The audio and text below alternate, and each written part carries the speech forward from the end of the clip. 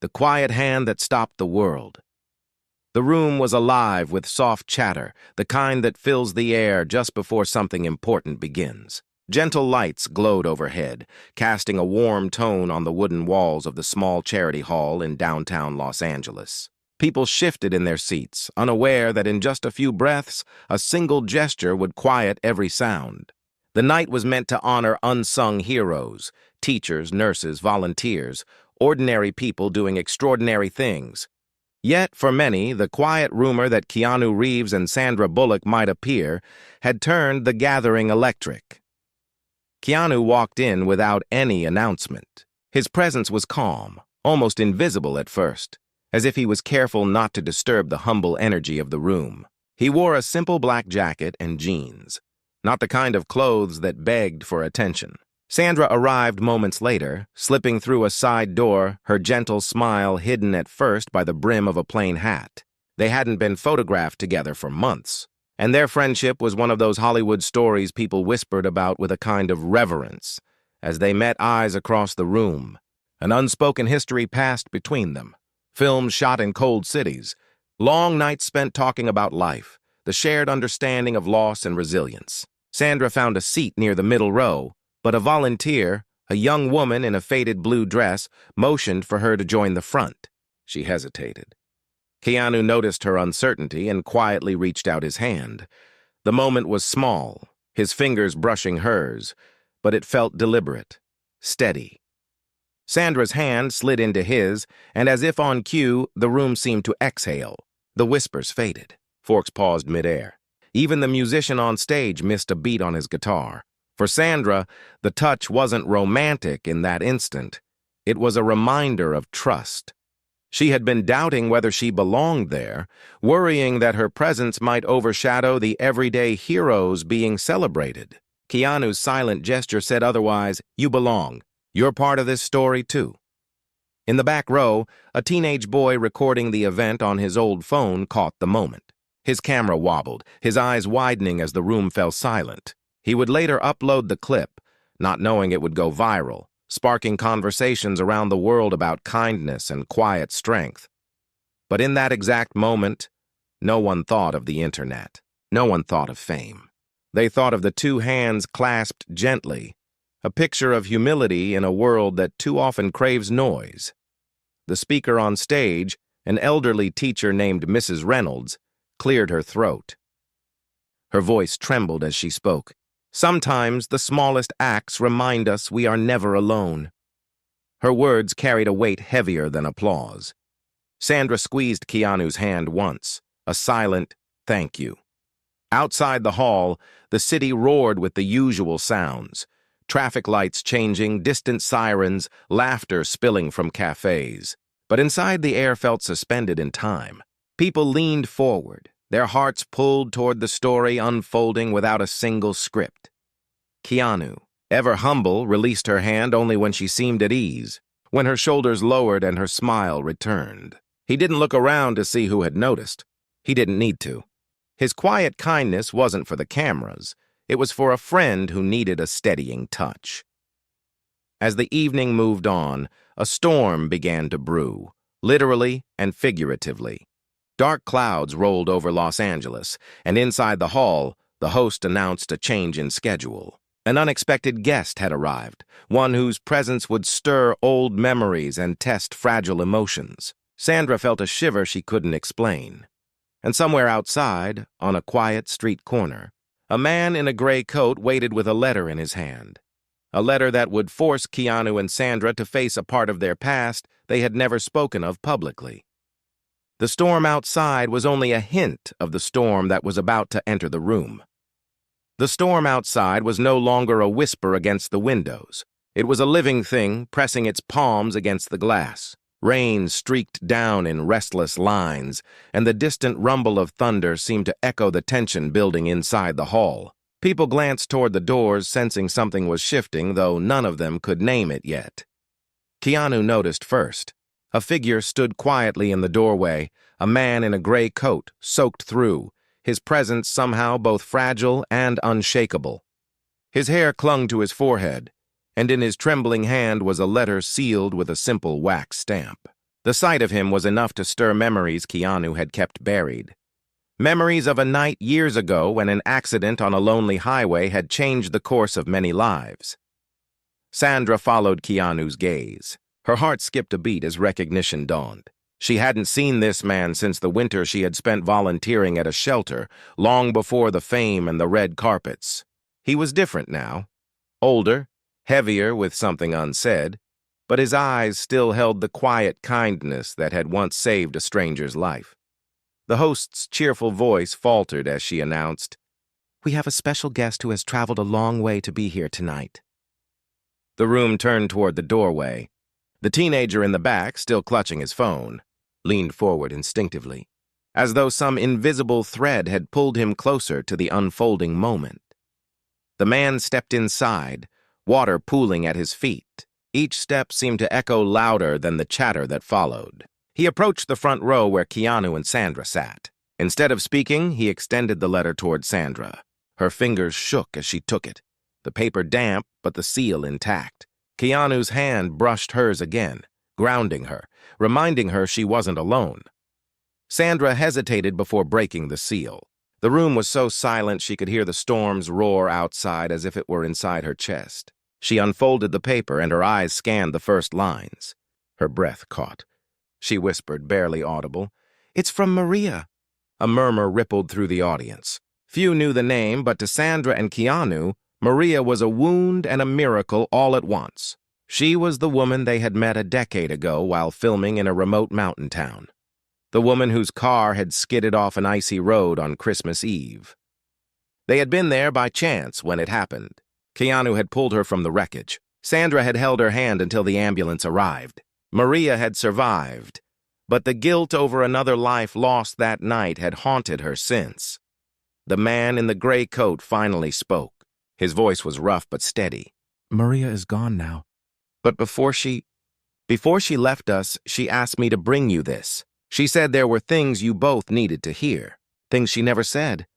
A gasp moved through the crowd like a wave. Sandra's eyes blurred with tears as she read further. The letter spoke of gratitude, of forgiveness, and of a secret Maria had kept, that the man who died in that crash had been on his way to deliver food to a shelter that Keanu had anonymously funded.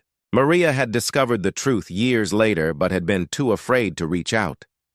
As Sandra's voice trembled, reading the words aloud, the room felt the weight of all the invisible connections that thread through human lives. People shifted in their seats, some wiping tears. The young volunteer in the blue dress clasped her hands to her chest, her own memories surfacing of a time she had been saved by a stranger's kindness. Keanu took the letter gently when Sandra's hands began to shake. His voice was soft but clear as he read the final lines.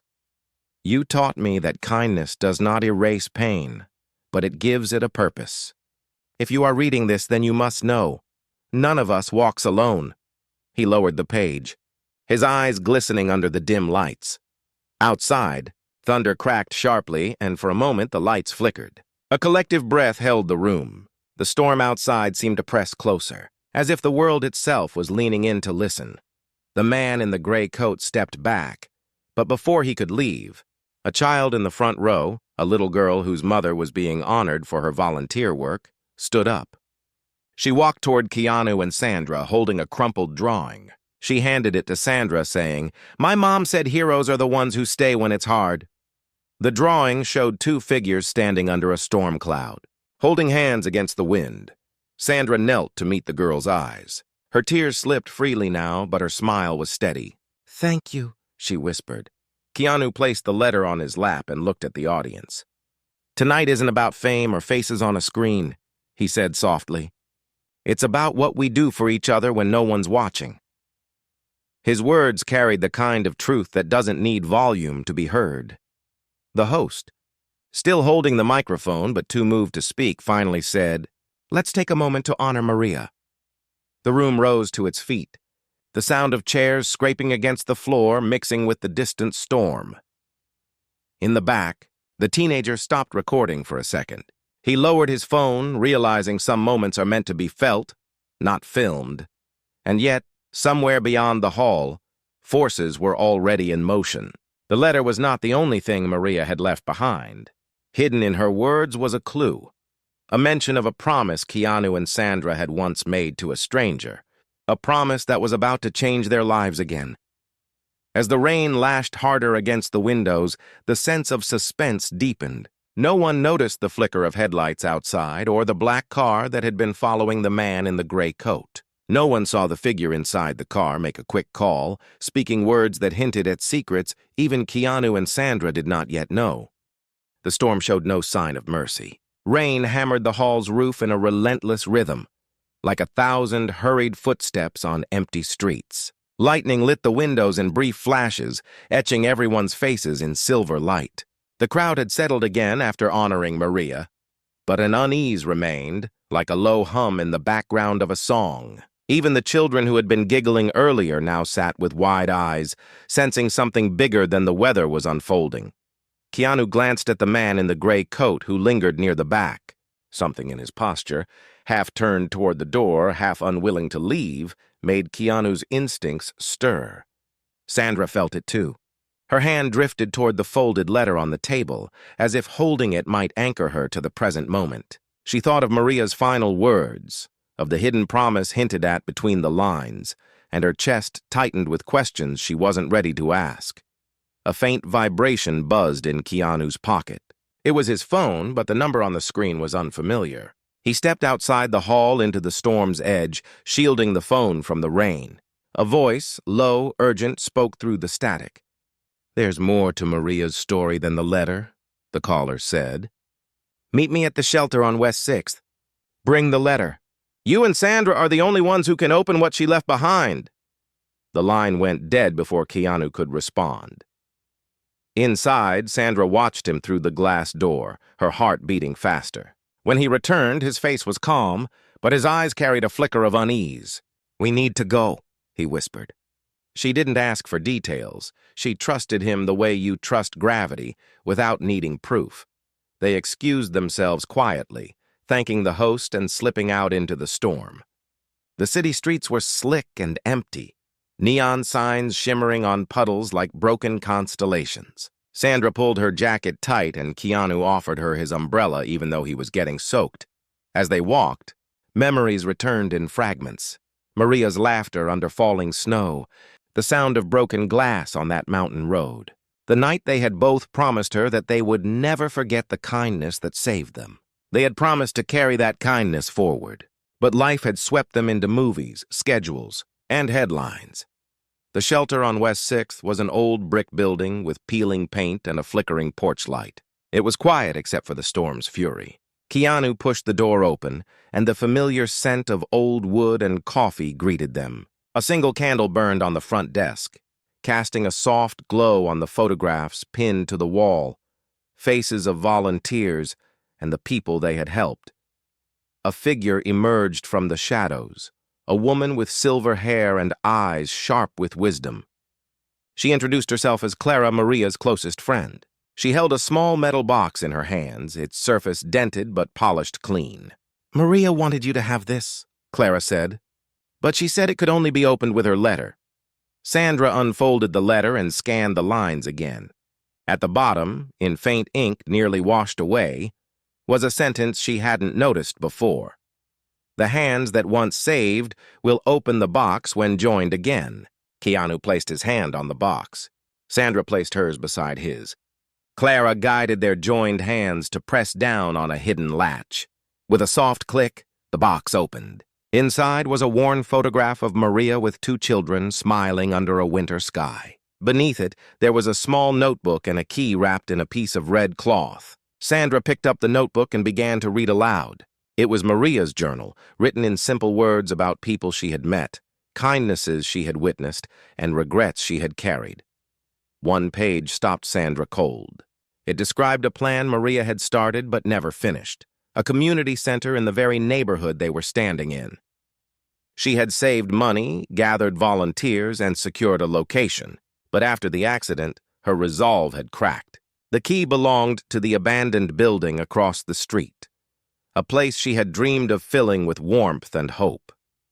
Keanu looked out the shelter's window at the dark outline of the building across the street. She wanted us to finish what she started, he said quietly. But before they could speak further, a noise outside interrupted them. The crunch of tires on wet gravel, the sound of a car door closing. Someone was out there waiting. Clara's eyes narrowed. "She said there might be people who don't want this center built," Clara whispered. Maria mentioned debts, promises she couldn't keep. She was afraid. The lights flickered again, and for a moment the candle's flame bent low, almost extinguished. Sandra felt a chill that wasn't from the storm. She clutched the notebook to her chest and whispered, "We can't turn back now." Keanu stepped toward the window. In the brief flash of lightning, he caught a glimpse of a dark silhouette watching them from across the street. The figure disappeared as quickly as it appeared. But the message was clear. Someone else knew about Maria's unfinished dream. In the silence that followed, the sound of the storm felt almost comforting compared to the unknown that now loomed outside. Clara handed them a faded map folded inside the box. It showed the neighborhood with markings, a network of forgotten places, supply drop points, and a circle around the old building. "Maria believed the right people would come together," Clara said. "Maybe you're those people." Keanu and Sandra exchanged a look heavy with meaning. They had faced danger before on film sets and in carefully choreographed scenes. But this was different. This was real. As they stepped back into the rain, Sandra glanced at the building across the street and felt the weight of Maria's unfinished promise. Thunder rolled above, and in that instant, she understood. This was not just about honoring a friend. It was about proving that kindness, once planted, could survive any storm. And yet, the black car followed again as they turned the corner, its headlights dimmed, its driver making another silent call. Somewhere far away, another piece of this puzzle was moving toward them, a secret that could either break or unite them. The rain had softened to a steady whisper by the time Keanu and Sandra reached the corner of West 6th. Puddles reflected the faint glow of streetlights, stretching shadows long and thin across the asphalt. Their breath rose like smoke in the cool night air, mingling with the mist. Every step they took felt louder than it should have, each echo bouncing off the empty buildings like a warning. The black car had vanished for now, but its memory pressed on them like a heavy hand. Sandra tightened her grip on the small notebook Maria had left, feeling the damp paper against her palm. "I keep thinking about that line," she said softly. "None of us walks alone. What if this isn't just about her dream? What if it's bigger?"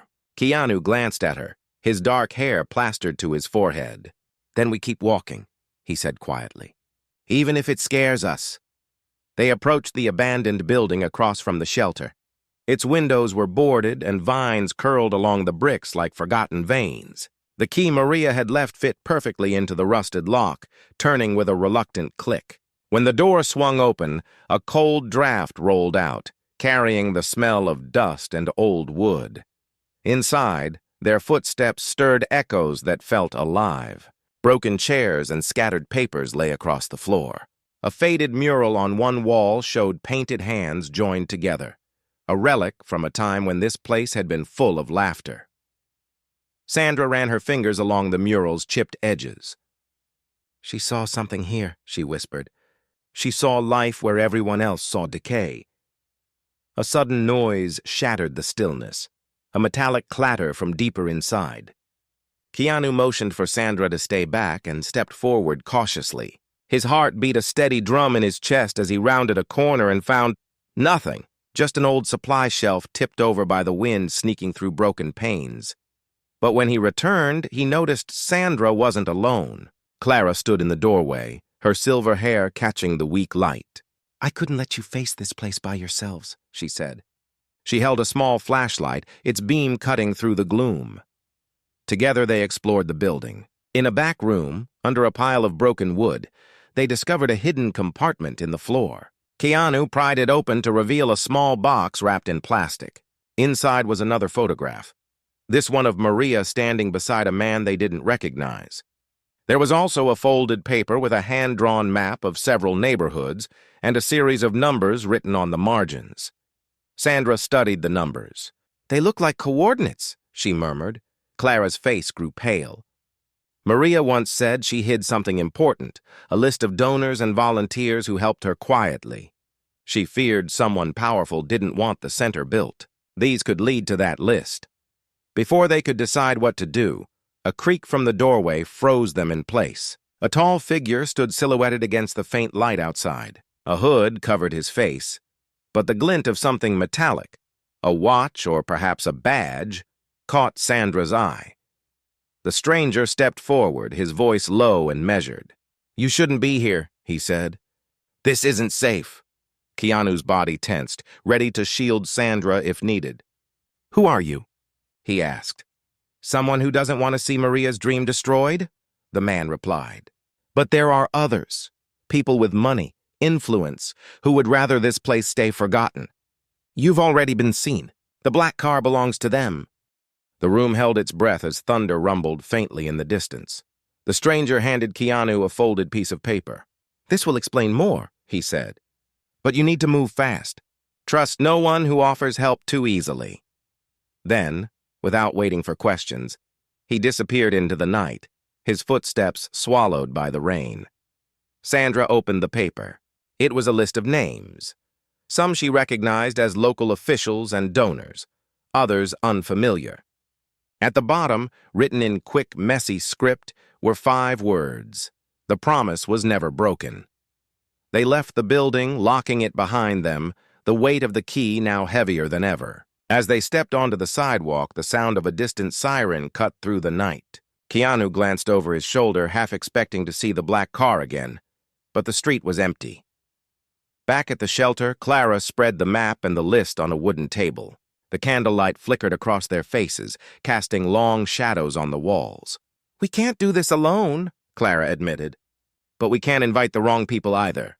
Sandra traced a finger along the map's markings. "Maria trusted kindness," she said. "She believed in people even when it cost her everything. Maybe the first step isn't finding more allies. It's proving we're willing to keep her promise."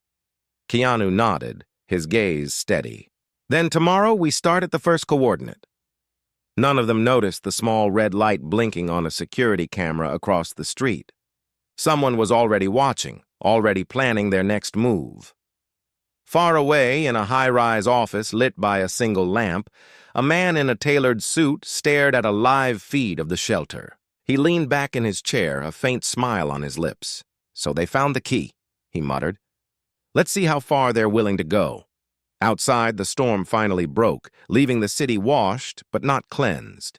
The night carried secrets in its quiet corners, and Keanu and Sandra had just stepped into a game that neither of them fully understood. The dawn came reluctantly, as if the sky itself was unsure whether to trust the new day. Pale light slid over Los Angeles, revealing streets still slick from the storm. Keanu stood by the shelter's window, watching the clouds shift like restless thoughts. Sandra sat at the wooden table, the map unfolded before her, its edges curling where water had touched it. Clara brewed coffee quietly, her silver hair catching the morning light. Though the world outside had awakened, a heavy hush lingered among them. "First coordinate is near Echo Park," Sandra said, her voice soft but steady. She traced the mark with her finger. Maria circled it twice.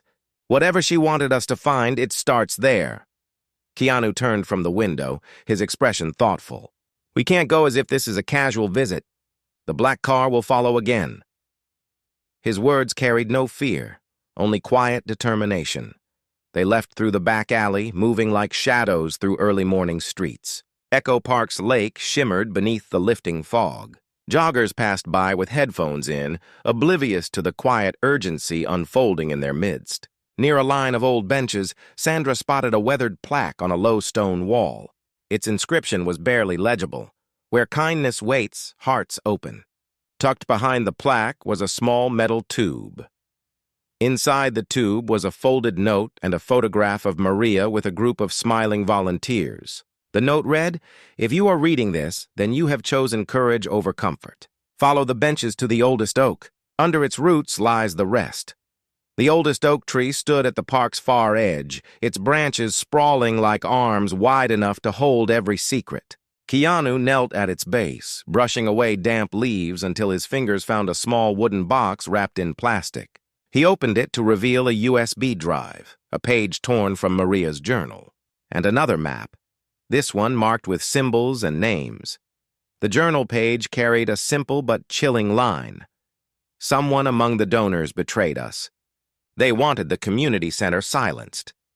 As they absorbed the words, Sandra felt a presence behind them. She turned to see a young woman with dark curls and determined eyes. She held a camera bag over her shoulder. "I've been following this too," she said. "My name is Layla. I used to volunteer with Maria. Before she died, she told me that if anything ever happened to her, I should watch the old places. I saw you at the shelter last night." Keanu studied her face for signs of deception but saw only resolve. "Why didn't you approach us sooner?" "Because I didn't know if I could trust you," Layla replied. "But when you found the oak, I realized Maria chose you." She glanced around nervously. "And you're being watched. The black car isn't the only one. There's a network, people who profit from keeping these neighborhoods broken. The list on that USB drive, it could expose them." They returned to the shelter, their steps quickening with urgency. Clara locked the doors behind them as Keanu plugged the USB drive into an old laptop. A folder popped open, revealing documents, donation records, and correspondence. Among the files was a video message from Maria.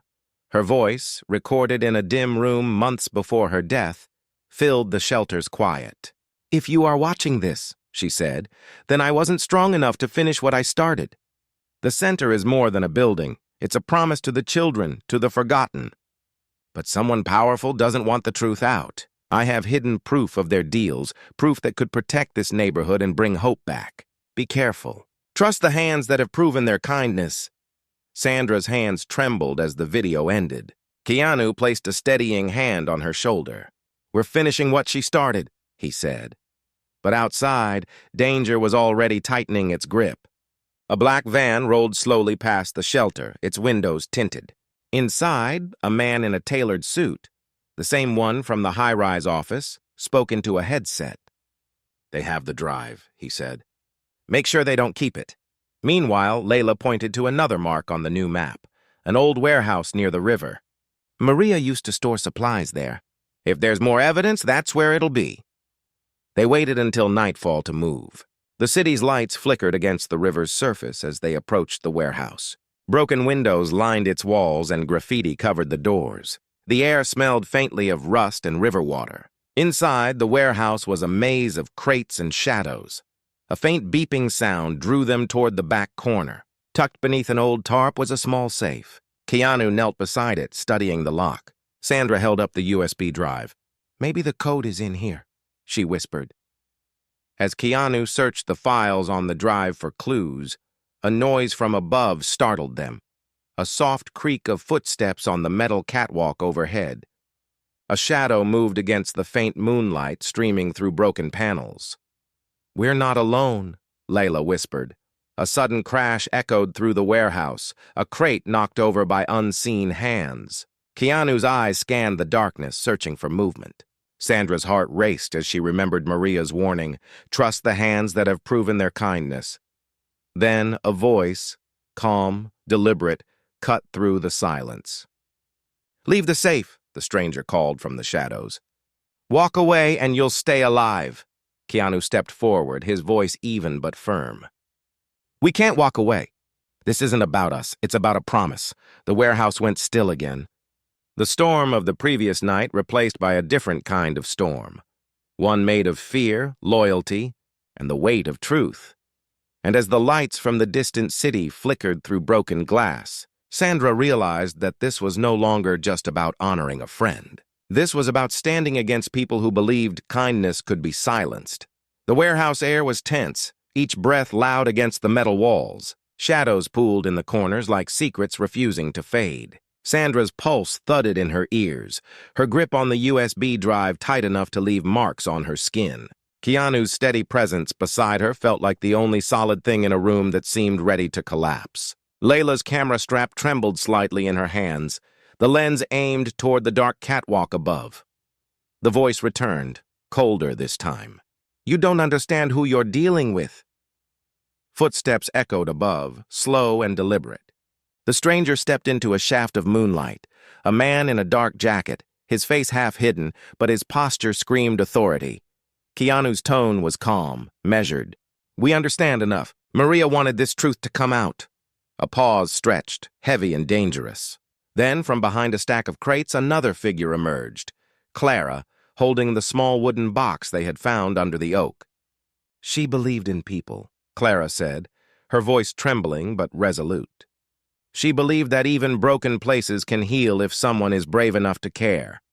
The man's eyes flickered with something, doubt maybe or memory, but it vanished quickly. He stepped closer. "If you expose this, you'll hurt more than you help. Donations will dry up. People will suffer." Sandra took a step forward, her voice soft but unyielding. "People are already suffering. Keeping secrets isn't kindness." Thunder rumbled far away, a reminder of last night's storm. Layla clicked her camera on, the sound small but sharp in the silence. "If you try to stop us, the world will still hear this," she said. The man hesitated, then turned abruptly and disappeared into the shadows. The sound of a distant car engine followed, leaving only the faint echo of his threat behind. Keanu exhaled slowly. "We don't have much time." They worked quickly, searching the warehouse for any other hidden caches. Near an old desk, Keanu found a second USB drive taped beneath a drawer. Inside a crate, Sandra discovered folders of financial records, handwritten notes, and photos of families Maria had helped. With evidence secured, they returned to the shelter before dawn. The city outside was waking, street vendors setting up, buses hissing to a stop, birds reclaiming the sky. In the shelter's quiet office, Layla uploaded the files to a secure server, ready to share them with trusted journalists and community leaders. As the first rays of sunlight spilled across the floor, Clara unfolded Maria's journal again. A small note tucked in the back slipped free. It read, "The center was never just bricks. It was always about the hands that hold, the hearts that stay, and the courage that speaks, even when it shakes." Sandra felt tears burn her eyes. "She never stopped believing in people." Keanu nodded. "Then neither will we." News spread within days. Local papers ran headlines about corruption uncovered in charity funds, about Maria's dream of a community center rising from the ashes of betrayal. Volunteers poured into West 6th, painting walls, clearing debris, and donating supplies.